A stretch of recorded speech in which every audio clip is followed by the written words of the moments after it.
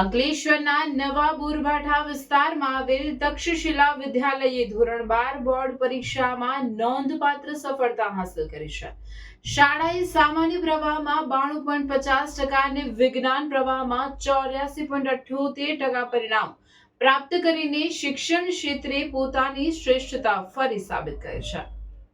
તક્ષશિલા વિદ્યાલય નવા બોરભાઠા અંકલેશ્વર દ્વારા પ્રાપ્ત કરાયેલા ધોરણ 12ના બોર્ડ પરિણામોમાં વિદ્યાર્થીઓએ ઉત્કૃષ્ટ પ્રદર્શન કર્યું છે.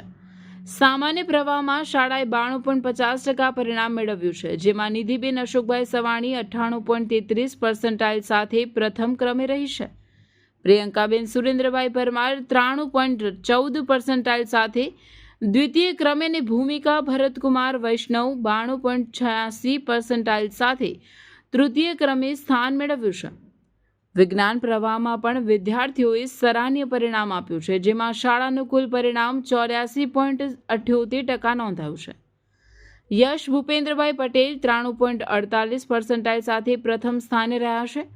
કૃપાબેન જેપલભાઈ પરમાર 94.42% સાથે દ્વિતીય અને અનેરી કુમાર રમેશભાઈ પટેલ 95.52% સાથે તૃતીય ક્રમે રહી છે.